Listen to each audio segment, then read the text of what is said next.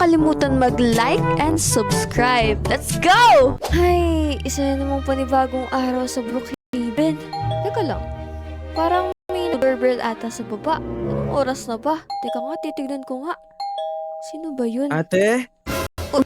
Ate, Oh, Dan? Ginagawa mo dito ang aga-aga?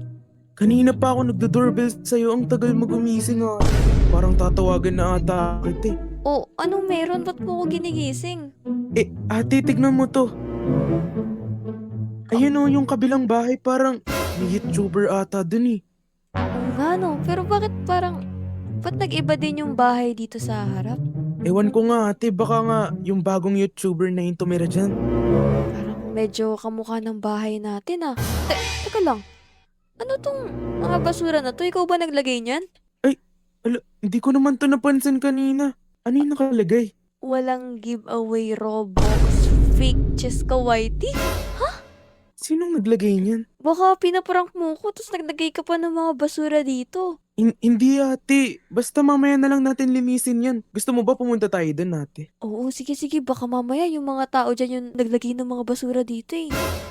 Pero ate, Oh, pila-pila lang, walang sisingit. Teka lang. Nakikita mo ba yun? Sabi, free Robux? Sabi, may nakalagay pa dito. Real Cheska? Pila lang, pagkatapos mabigyan, ma-autograph. Ano, tara? Kuha na kayo ng Robux. Sino yun? Bakit parang kamukha ko yung avatar? Hindi ko siya makita. Ang daming tao.